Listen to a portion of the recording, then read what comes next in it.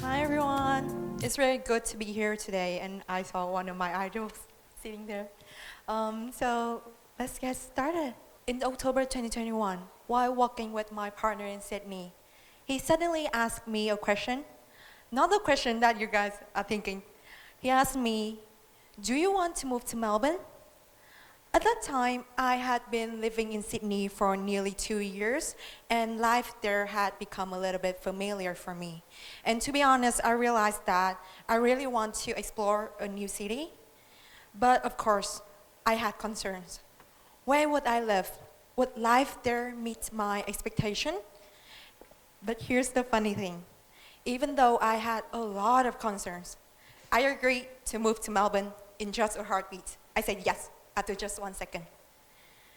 Recently, I just returned to Vietnam after 4 years living in Australia, and I'm now living in Hanoi, where I was born and raised. And similar thing happened.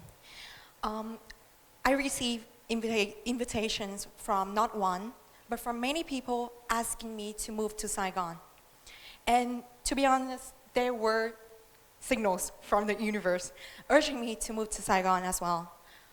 The rationale is clear. My work opportunities here are better, and everyone in my team is based in Saigon, so it would be more convenient for me to move here. And yeah, everything just makes sense. However, unlike my previous move, I hesitated. I wondered a lot about the potential outcomes. Fearing that it would be wasted time and effort. Two very similar scenarios, yet my actions were different. This made me question why I hesitated, why I failed to act decisively. Perhaps another more relatable example is parental support.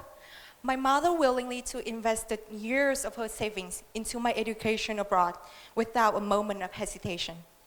But when it came to investing a similar sum into her own business, despite her dedication, she decided not to do that. She always thinks that that much amount of savings should only be invested in me and my brother. And a few months ago, it struck me, why? Why do I hold back? Why do I not pour all my energy, pour all my everything into my dreams? And why don't I act similarly when I'm loving someone? And I was so confused about whether or not having such strong emotions could influence your actions and your decisions. You can take action easier, quicker, and you can make decision easier. And I found my answer to be yes. Having a complete passion and love for your dreams would drive your action and your decision to make them happen. And that's the moment when I decided to find my answer to the big question: how to fall in love with your dreams, how to fall in love with my dreams so that in the near future I can achieve them. And my journey to find an answer to this question began with exploring the influence of love on our action and our behaviors and our decisions as well. And we humans are very familiar with love. We see love and we feel love every day. But what is love? And is it true that it can affect us that much? And although there are many definitions of love, love can be described as an emotional state which involves components such as chemical, cognitive, rewarding, goal-directed, and behavioral aspects. And in neuroscience, love is seen as a much stronger emotion which can influence our limbic system. And our limbic system is also responsible for our decision-making, motivation, and emotional regulation. And here's a fun fact. When you're in love, you tend to think about the person you love obsessively, repeatedly. And this can take up to 85% of your waking time. Really surprised, huh? And when you're thinking about something for 85% of your time, this can shape your perceptions, your priorities. This can influence your decision-making process. And of course, this can reduce anxiety as well. And the good thing is you are more willing to take risks. So yes, our actions and our decisions are hugely affected by our emotion. So that's it. In order for us to achieve our dream, to have the courage to act boldly toward our dream, all we need to do is just love them, love our dream. But how do we cultivate this love? I found it difficult. I found it uneasy not finding the answer to this question until I saw this TikTok trend. This trend is called, "Why do I love my partner that much?" The answer is surprisingly simple.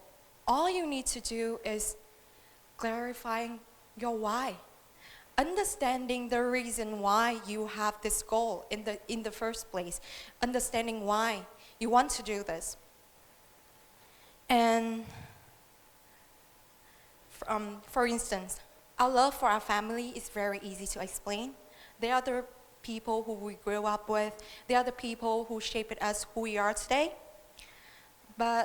And much like our affection for our family, our dreams should be and must be thrive on a deep-rooted connection.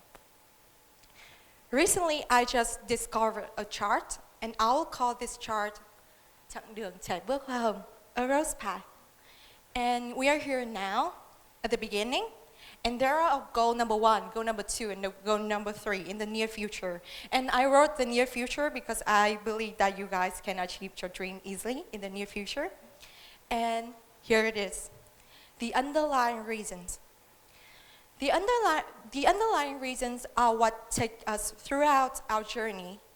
Normally won't change easily.